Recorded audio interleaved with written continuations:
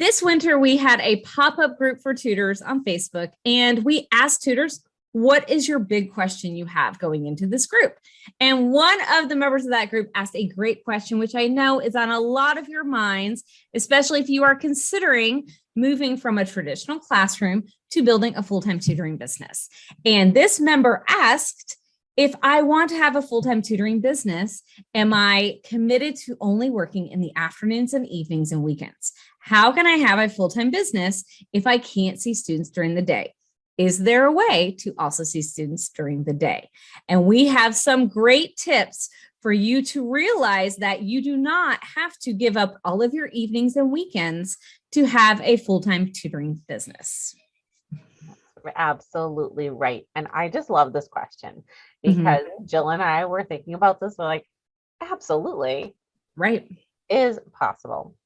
So Jill was one of the first things we were thinking about was you could be tutoring virtually, so online tutoring with children who live in different time zones. So some people might be scheduling morning sessions from someone maybe across the country in a totally different time zone than you are, or later in the day. So that is one option, considering your offers to reach out to people who live in different areas of the country. Yes, we definitely have tutors in our private cohort program who meet with students in different areas of the country at different times of day. And what that allows them to do is see students either later in the night at their time, like maybe after their sports are done, but it's still early enough for them to get done during the workday, or vice versa. It might be during the school day for you, but after school for them. And so, or however that works with all the time magic of time zones. And that actually reminds me that for a little while, I was tutoring virtually. It was my very first experience doing it, all because a family was going to be leaving the country for certain parts of the year. So I remember that we had to balance out their time zones with when I was working, but it worked out really well. So that's one way, is to realize that with virtual tutoring, you really open up a world of possibilities into your schedule. Now, the second way that we know can be very powerful is one that I relied on a lot building my business, and that is providing services for homeschoolers. So this can be one-to-one services, or you can create group programs that support students in their homeschooling journeys. And you can look at what is the need in your community, if it's something you want to do local or in person, or just what is the need in general. Where are some gaps where families might really appreciate the chance for their child to work with you in this way? And so for me, my business was built working with homeschoolers, and it continues to be an important part of my tutoring business today. Yes, excellent option. So homeschooling can really give you flexibility during the school daytime, when typically a lot of students are in a school building. Right. Another one that you can think about, and this is becoming more and more common, is contracting with public and private schools. I have done both. I have worked with mainly with private schools at this time. So a parent may approach me and the administration of the school and create an arrangement where I come to the school building for their services for their child.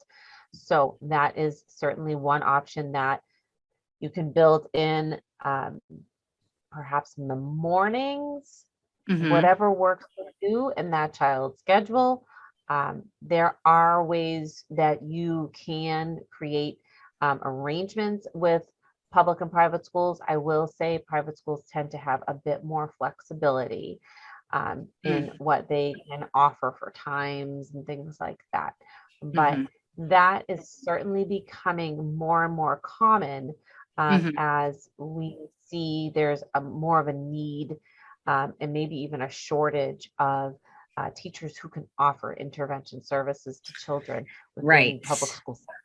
Yes. Yeah. And as you kind of start to look towards the future, and we do see education changing and teachers leaving the classroom, that may Yeah. leave gaps where schools are using more creative solutions to fill those gaps. And so if you Yeah. can be ready to fill some of those gaps, that can be really positive for you as an independent educator. Yes, and I am seeing that shift firsthand with being contacted by schools on a weekly basis.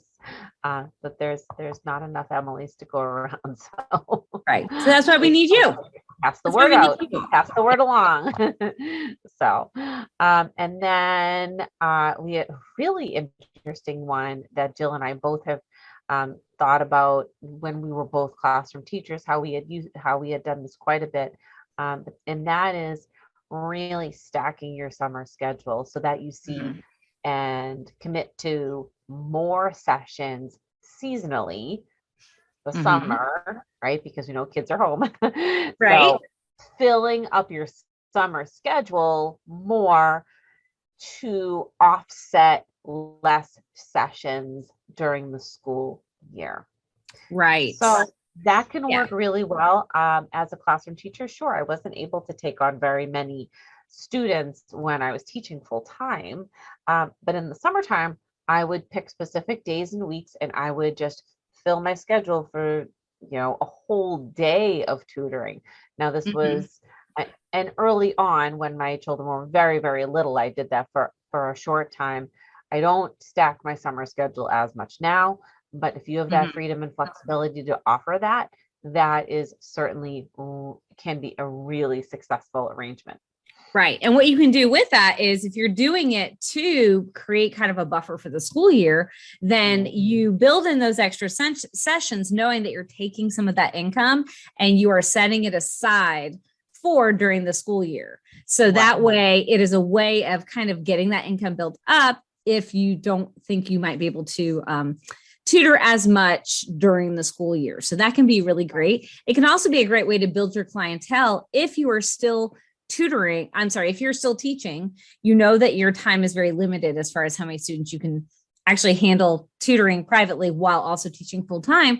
And so the summer can be a great time to start building that client roster, really getting your reputation out into the community and helping people to know that you have private services, which can be really helpful if you think that there's going to be a time when you are transitioning to full-time tutoring. So if this is something you've wondered about, if you have thought, I would like to I think the idea of tutoring as a full-time profession could be really wonderful, but I don't want to give up on my weekends and I don't want to have to work late into the night. You guys, I don't work weekends and Emily does not work weekends. Nope. So a lot of tutors do not work weekends, and even a lot of full-time tutors actually end up not working on Fridays or one day a week Right. either. Like they build in time to do their lesson planning, get other things done. And so it's totally possible to build a tutoring business and find students during the day and create some situations that will allow you to not have to give up your weekends and all of your evenings. The idea of having this business is actually to build in some more time for your life. So it's totally possible. You guys, you just have to kind of decide what are some different arrangements you want to do. And we think we've given you a couple really good ones to get you started today. And we hope these ideas that are sort of getting you to think outside the box will help you to keep dreaming big. Okay. Yep. Keep doing it. All right. We'll see you out there, guys. Bye.